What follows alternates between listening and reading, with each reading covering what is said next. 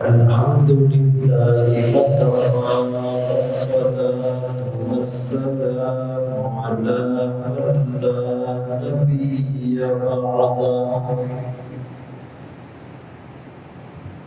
أما بعد فأعوذ بالله من الشيطان الرجيم بسم الله الرحمن الرحيم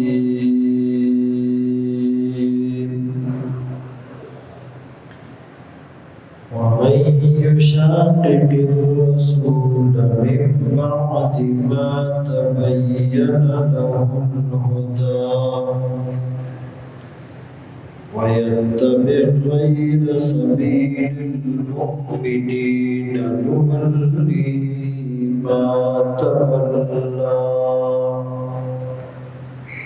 ونصليه جهنم وساءت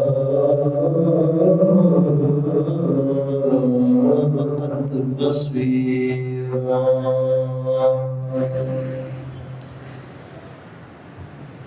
وقال النبي صلى الله عليه وسلم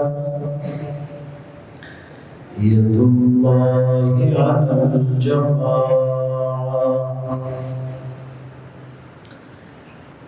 صدق الله مولانا العظيم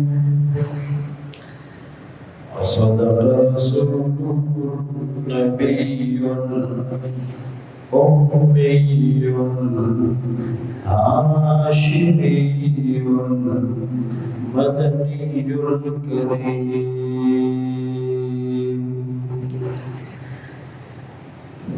ونحن ذلك لمن الشاهدين والشاكرين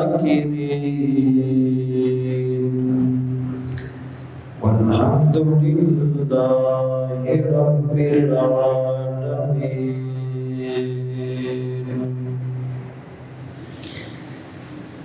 دل مایوس میں وہ شورش برپا نہیں ہوتی، امید اس قدر ٹوٹی کہ اب پیدا نہیں ہوتی، ہوا ہوں اس قدر افسردہ رنگ باغ ہستی سے، ہوائے فصل گل کی بھی نشاط افزا نہیں ہوتی، محمد کی غلامی دین حق کی شرط اول ہے، اور اسی میں اگر کچھ خامی تو سب کچھ نامکمل ہے۔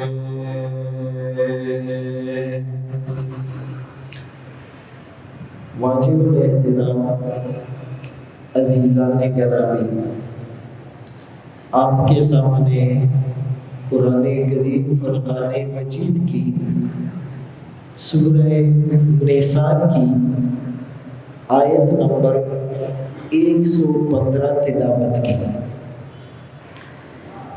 اور سرکار دو عالم تاجدار مدینہ محمد مصطفیٰ احمد مجتبیٰ صلی اللہ علیہ وسلم کی حدیث مبارکہ پیش ہے۔ قرآن کریم کی اس آیت میں اللہ کریم یوں فرما رہے ہیں کہ جس نے بھی رسول کی مخالفت کی، ہدایت کے واضح ہو جانے کے بعد اور مومنوں کے راستے سے ہٹ کر چلا، ہم اس کو بھی غیروں کی طرف پھیر دیں گے، جہنم میں داخل کریں گے، اور جہنم بہت برا ٹھکانہ ہے۔ امام شافعی رحمۃ اللہ علیہ سے کسی نے سوال پوچھا کہ اجماع امت پر نص اور قرآن سے دلیل کیا ہے؟ بنیادی طور پر 4 ماخذ ہیں۔ ایک قرآن کریم، اگر قرآن کریم میں کوئی حکم ہمیں واضح طور پر سمجھ نہ آئے تو حدیث کی طرف رجوع کیا جائے گا۔ اگر حدیث میں بھی اس کی مثالیں زیادہ واضح نظر نہ آئے تو اجماع امت کی طرف دیکھا جائے گا کہ امت کے اکثر صحابہ، اکثر تابعین، اکثر تبع تابعین، اکثر فقہاء، اکثر مفسرین، اکثر محدثین، اکثر مؤرخین، اکثر علماء نے کیا مسلک اختیار کیا، اس پر عمل کیا جائے گا۔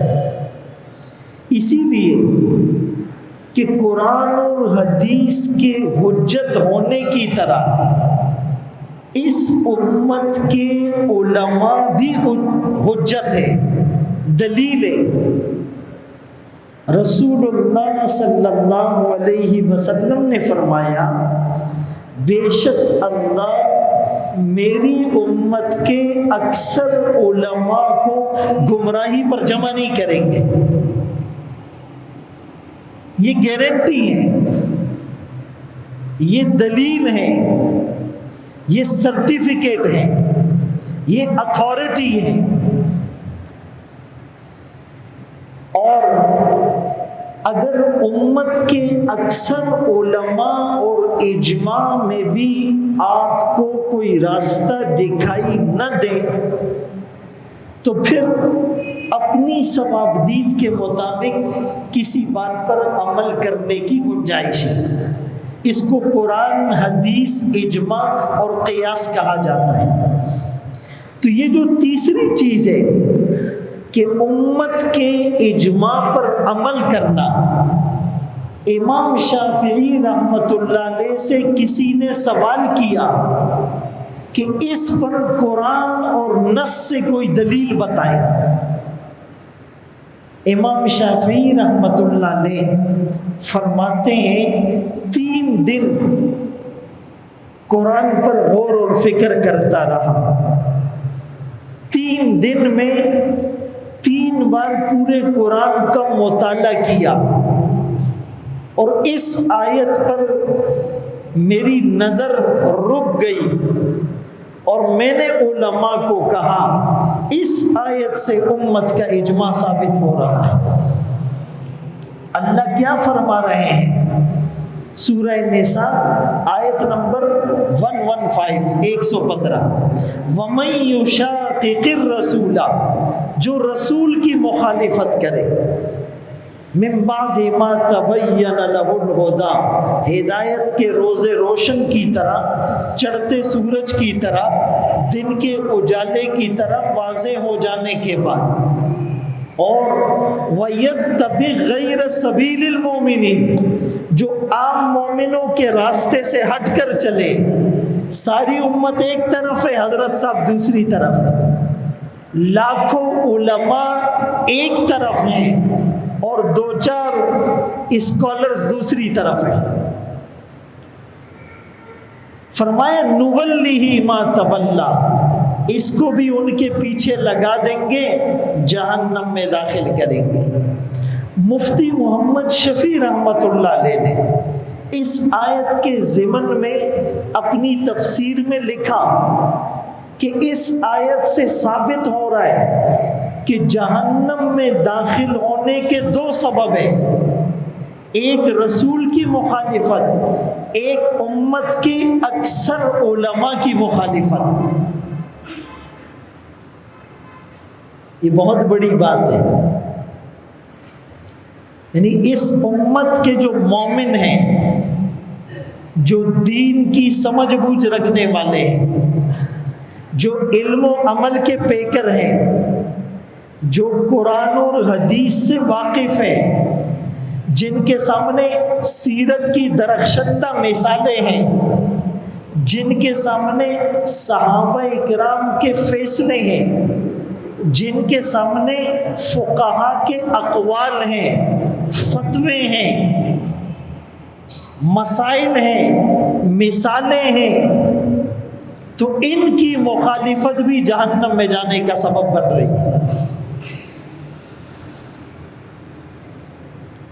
اب چاہے وہ ایمان میں ہو، عقائد میں ہو، احکام میں ہو، اصول میں ہو، فروع میں ہو، کلیات میں ہو، جزیات میں ہو، معاشرت میں ہو، معیشت میں ہو، صورت میں ہو، سیرت میں ہو، عادات میں ہو، اطوار میں ہو، تہذیب میں ہو، تمدن میں ہو، ثقافت میں ہو، کلچر میں ہو، اوڑھنے میں ہو، بچھونے میں ہو، سونے میں ہو، جاگنے میں ہو، چلنے میں ہو، پھرنے میں ہو، ملنے میں ہو، الگ ہونے میں ہو، نماز میں ہو، روزے میں ہو، زکوٰۃ میں ہو، حج میں ہو، تبلیغ میں ہو، جہاد میں ہو، صدقہ اور خیرات میں ہو، فقہ میں ہو، حدیث میں ہو،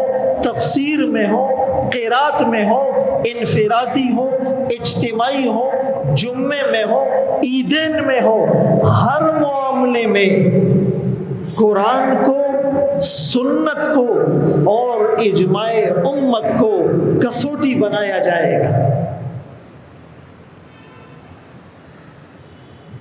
2-4 دن پہلے ایک محفل میں شریک تھا،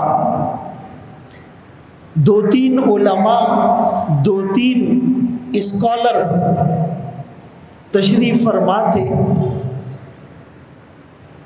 ایک حضرت صاحب نے کہا کہ جی امت ہر رمضان میں تراویح میں پورا قرآن سنتی ہے، سمجھ کچھ نہیں آتا، اسی لیے قرآن پڑھنے کی اور حفظ کرنے کی کوئی ضرورت نہیں ہے، بس صرف اس کو سمجھا جائے، صرف اس کو سمجھا جائے۔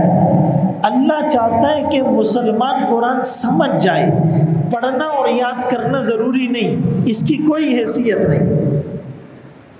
اب کسی بڑے ادارے سے ریٹائر تھے، لندن سے انہوں نے ڈگری لی تھی، 2-4 اردو تفسیروں کا مطالعہ کر کے اپنے آپ کو اسکالر سمجھنے لگے اور علماء پہ تنقید کرنے لگے۔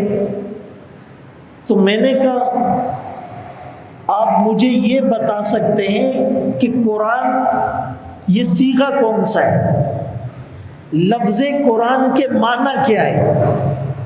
یہ قرآن مصدر ہے، اس میں فاعل ہے، اس میں مفعول ہے، ماضی کا صیغہ ہے، مضارع کا صیغہ ہے، ثلاثی مجرد ہے، ثلاثی مزید ہے، یہ ہے کیا؟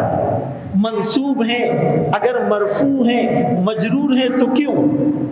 تو ایسے دیکھنے لگے۔ میں نے کہا حضرت قرآن کا معنی ہی مقروء، جس کو بار بار پڑھا جائے، قرآن کا معنی ہی وہ کتاب جس کو پڑھا جائے۔ قرآن کہتا ہے 29واں پارہ سورہ مزمل، فَاقْرَؤُوا مَا تَيَسَّرَ مِنْ، پڑھو جو قرآن تمہیں آسان لگے۔ سورہ اعراف آخری رکوع 9واں پارہ قرآن کہتا ہے اذا قرئ القرآن، جب قرآن پڑھا جائے فاستمعوا له، کان لگا کر سنو۔ پھر میں نے یوں بھی کہا ایک سننا ہوتا ہے، ایک کان لگا کر سننا ہوتا ہے، سننے کو قرآن سمع کہتا ہے، اسمعوا، کان لگا کر سننے کو قرآن استماع کہتا ہے، استمعوا۔ میں نے کہا یہ فرق آپ کو پتہ ہے؟ قرآن کہتا ہے، اللہ فرماتے ہیں جب میری کتاب پڑھی جائے کان لگا کر سنو، کنسنٹریشن سے سنو، انصتو، خاموش رہو، لعلکم ترحمون، تاکہ تم پر رحم کیا جائے۔ پھر قرآن میں اللہ فرماتے ہیں رتل القرآن ترتیلا، ای جود القرآن تجویدا، قرآن ترتیل سے پھیر پھیر کر پڑھو۔ پھر قرآن میں اور حدیث میں اللہ کے رسول فرماتے ہیں کہ جو قرآن کا ایک حرف پڑھتا ہے اس کو 10 نیکیاں ملتی ہے، جو پڑھتا نہیں سنتا ہے اس کو 1 نیکی ملتی ہے۔ قرآن اچھے انداز سے روانی سے پڑھنے والا مع السفرۃ الکرام البررہ، ان فرشتوں کے ساتھ ہوگا جن کا سٹیٹس بہت ہائی ہوگا۔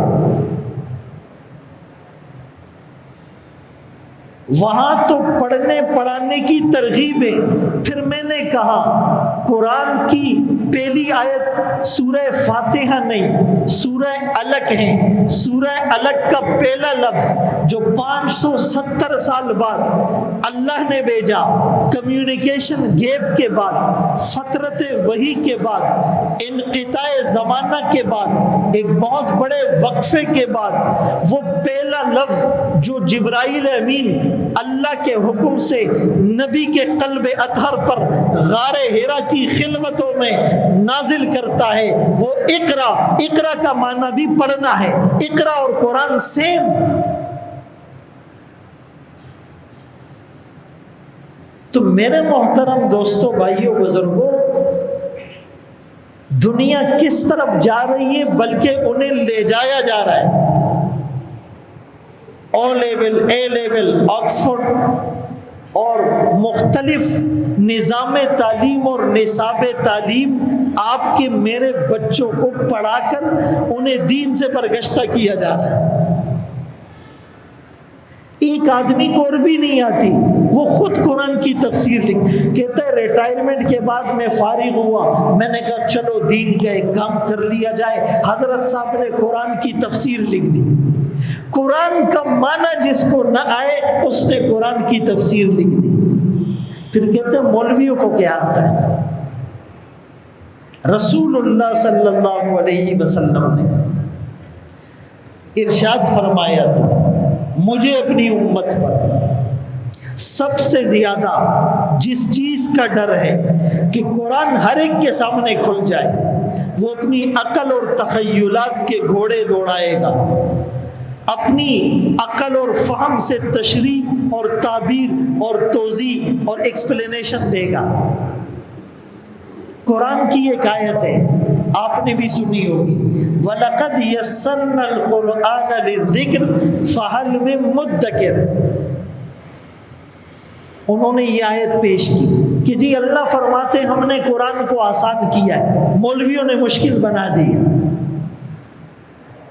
تو میں نے عرض کیا کہ واو وَلَقَدْ لام تاکید کا ہے، قد بھی تاکید کا ہے، یسرنا میں نے کہا یہ جمع متکلم کا صیغہ ہے، اور تحقیق ہم نے قرآن آسان کیا نصیحت کے لیے کہ قرآن کو ہر آدمی سنے گا تو نصیحت قبول کر لے گا۔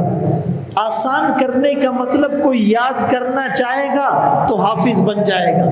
5 سال کا بچہ حافظ بنا یا نہیں؟ ہزاروں بنے۔ 70 سال کے بوڑھے نے قرآن حفظ کیا یا نہیں؟ کیا ہے۔ پٹھان بچہ جس کو اردو نہیں آتی عربی میں قرآن حفظ کیا یا نہیں؟ بلوچی جس کو اردو نہیں آتی عربی میں قرآن حفظ کیا یا نہیں؟ فارسی نے، انگریزی نے، چائنیز نے، ٹرکش نے، پنجابی نے، سندھی نے، سرائکی نے، کسی زبان کا بچہ جو اپنی زبان نہیں بول سکتا، جس نے اسکول کالج کا دروازہ نہیں دیکھا لیکن اللہ کے قرآن کو ایسا پڑھتا ہے کہ عرب بھی جھوم جاتے ہیں۔ یہ مطلب ہے آسان کرنے کا۔ یہ مطلب نہیں ہے کہ تم تفسیر لکھنے بیٹھ جاؤ۔ اسی قرآن میں اللہ کہتا ہے، اس قرآن میں کچھ متشابہات ہیں، والراسخون فی العلم یقولون آمنا بہ، جس کے بارے میں علم میں رسوخ اور گہرائی رکھنے والے کوگنیٹو قسم کا عالم بھی کہتا ہے بس اس پر ایمان تو لاتے ہیں، اس کی گہرائی تک میری عقل نہیں پہنچ پا رہی، میری اپروچ نہیں ہے۔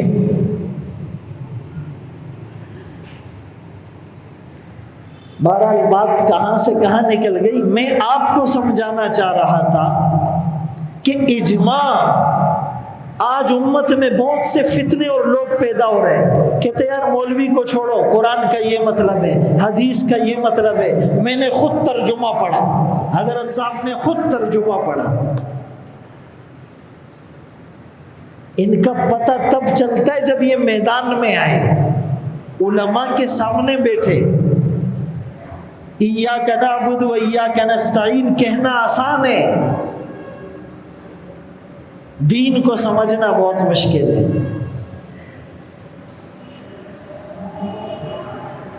اور امت علماء کے سامنے بیٹھنے کو تیار نہیں۔ آپ خوش ہو رہے ہو کہ جی ہم تو بیٹھتے علماء کے سامنے، جو بیٹھتے ہیں وہ کم ہے، جو نہیں بیٹھتے وہ زیادہ ہے۔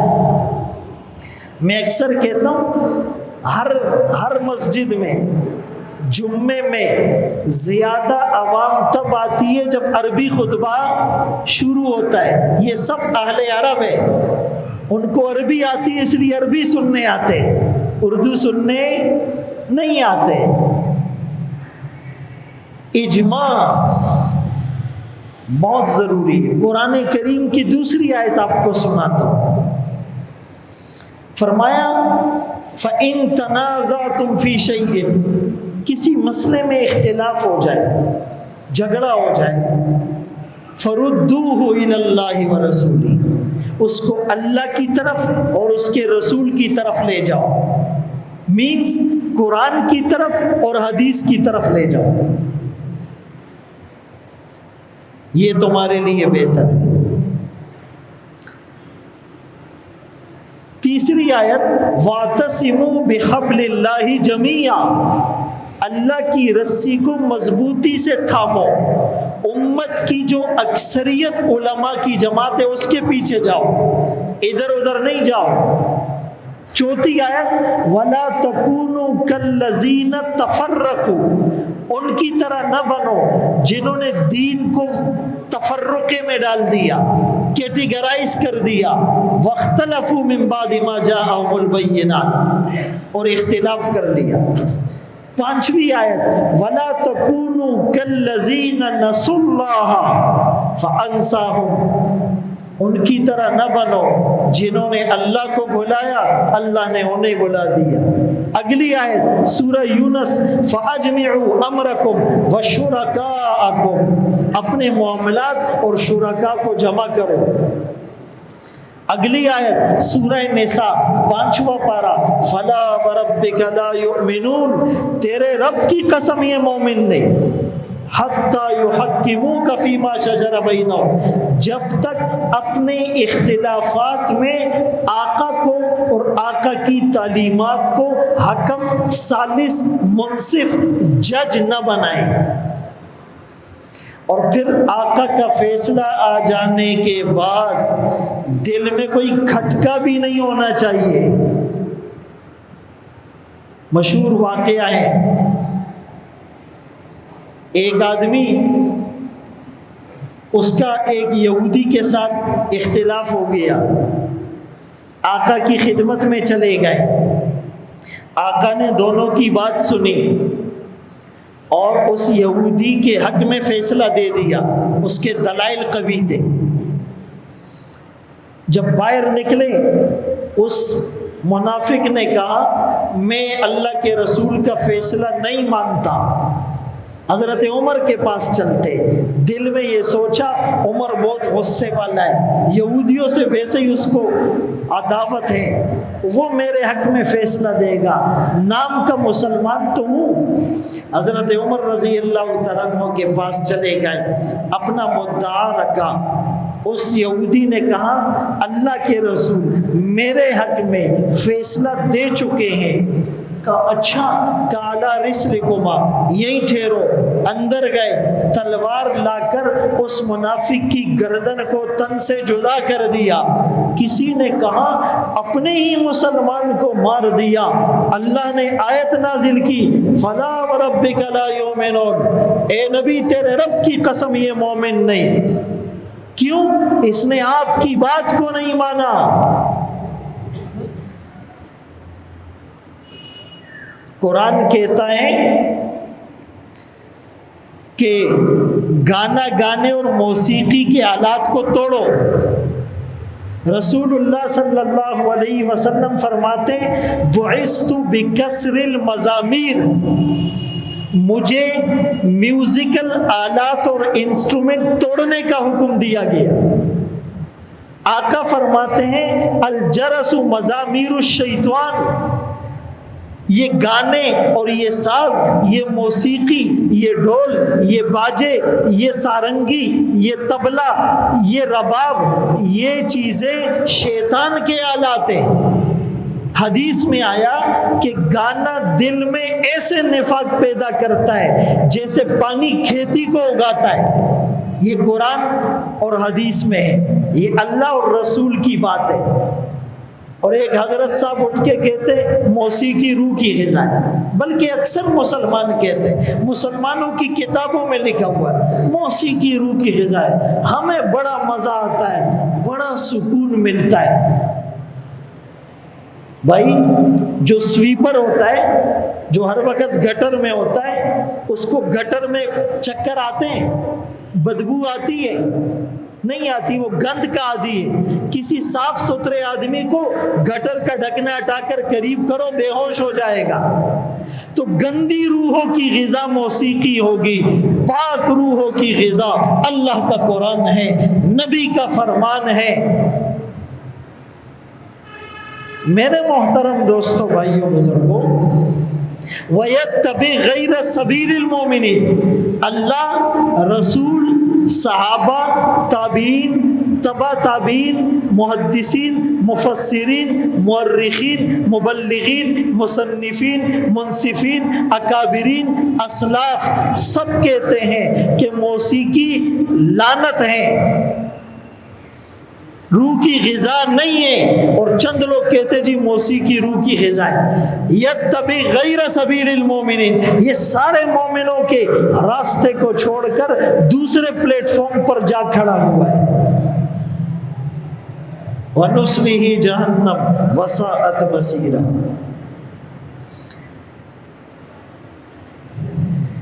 اجماع پر قرآن کریم کی ایک آیت یہ ہے لِتَكُونُوا شُهَدَاءَ عَلَى النَّاسِ وَكَذَلِكَ جَعَلْنَاكُمْ أُمَّةً وَسَطًا، ہم نے تمہیں ایک درمیانی اور معتدل امت بنایا۔ اچھا، اس کا پہلا مصداق صحابہ ہے۔ بھائی وہی آ رہی ہے، اس وقت زندہ کون تھے؟ کنتم خیر امہ، تم بہترین امت ہو، یہ آیت نازل ہو رہی ہے، زندہ کون تھے؟ تو پہلا مخاطب صحابہ ہے۔ تمہیں اللہ نے معتدل امت بنایا، لِتَكُونُوا شُهَدَاءَ عَلَى النَّاسِ، تاکہ تم لوگوں پر گواہ رہو۔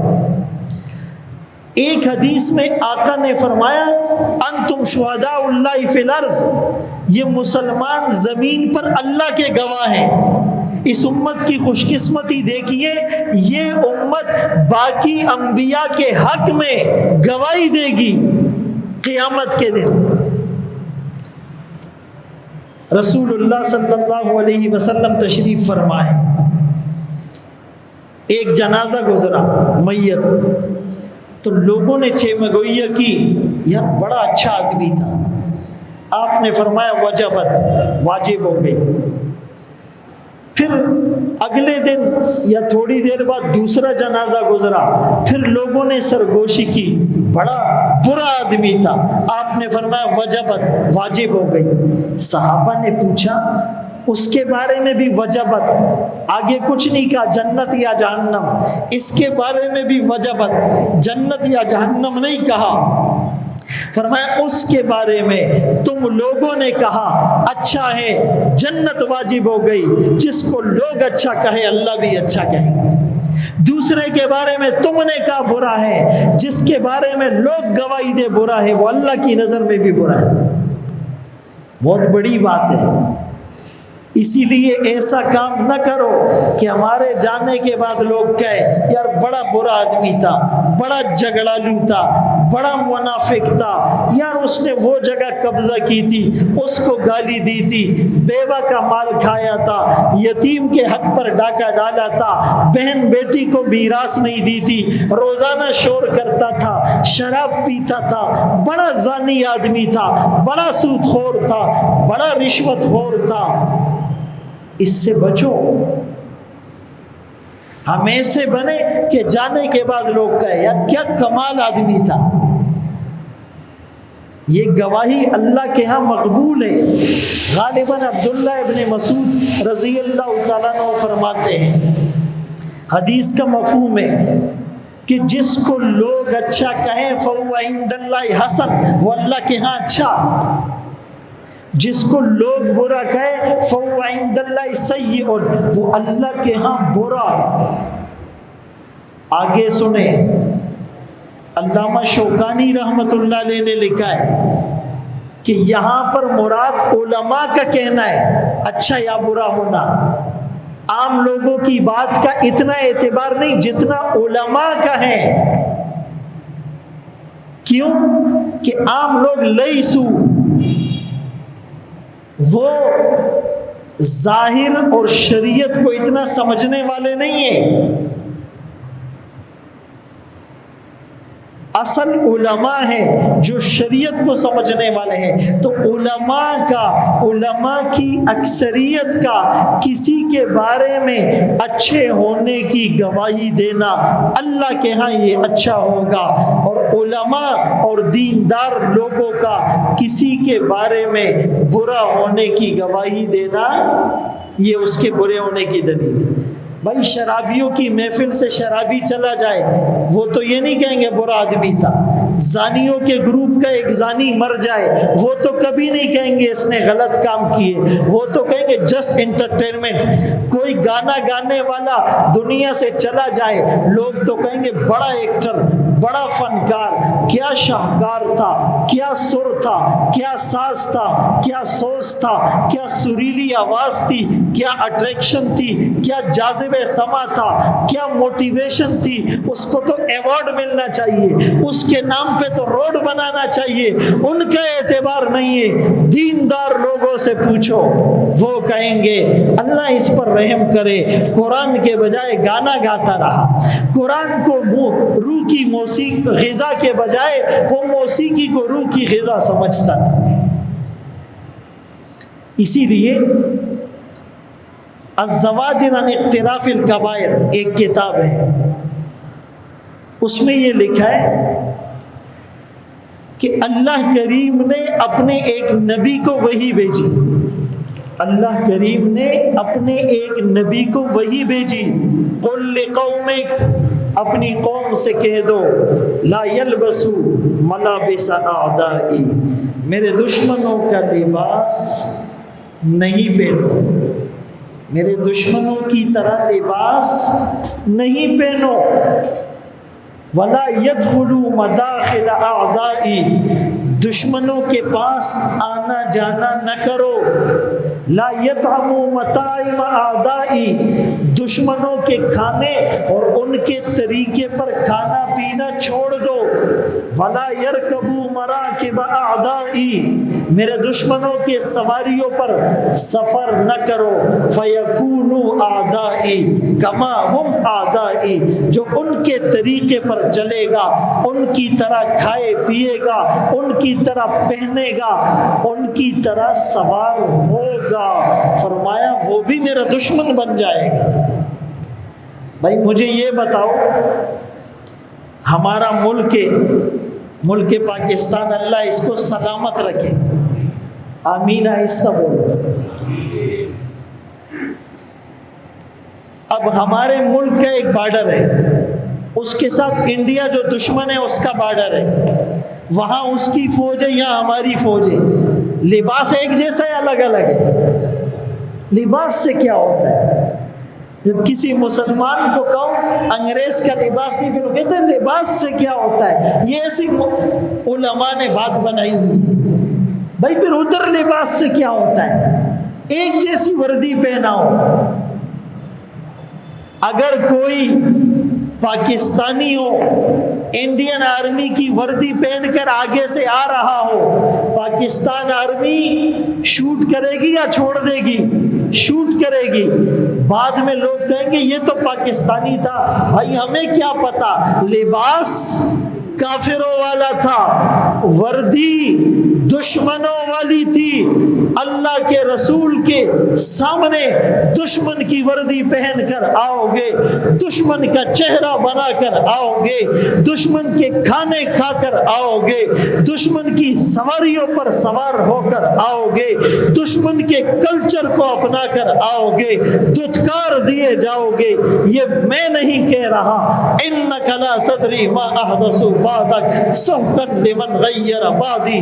آقا فرمائیں گے انہوں نے میرے بعد میری سنتوں کو تبدیل کیا، انہیں دور کر دو۔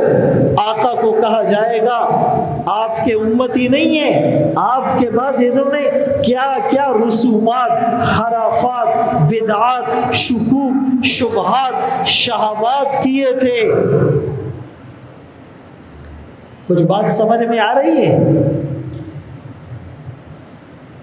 اسی لیے ہم اللہ کے گھر میں آئے تو وہ لباس پہن کر آئے جو اللہ کو پسند ہو، جو اللہ کے رسول کو پسند ہو، جو صحابہ کو پسند تھا، جو تابعین کو پسند تھا، جو تبع تابعین کو پسند تھا، جو اکابر اور اسلاف کو پسند تھا، جو مفسرین کو پسند تھا، جو محدثین کو پسند تھا، جو مؤرخین کو پسند تھا، جو مصنفین کو پسند تھا، جو منصفین کو پسند تھا، جو محسنین کو پسند تھا، جو مومنین کو پسند تھا، جو مسلمین کو پسند تھا، جو موقنین کو پسند تھا، جو متوکلین کو پسند تھا، وہ لباس پہن کر آؤ۔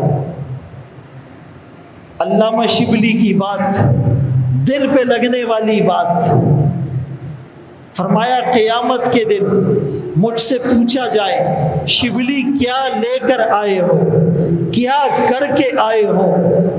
علامہ شبلی نے کہا یہ نہیں کہوں گا تفسیر لکھی ہے، حدیث پڑھی ہے، تاریخ لکھی ہے، بیانات کیے ہیں، ایک ہی بات کہوں گا تیرے حبیب کی یا رب شباہت لے کے آیا ہوں، حقیقت اس کو تو کر دے، میں صورت لے کے آیا ہوں۔ آج عزم کرے ہم نے مسلمانوں کے نقش قدم پر چلنا ہے، مسلمانوں کی کثرت اور جہاں اجتماع ہے اکثر علماء کا، اس بات کو ماننا ہے۔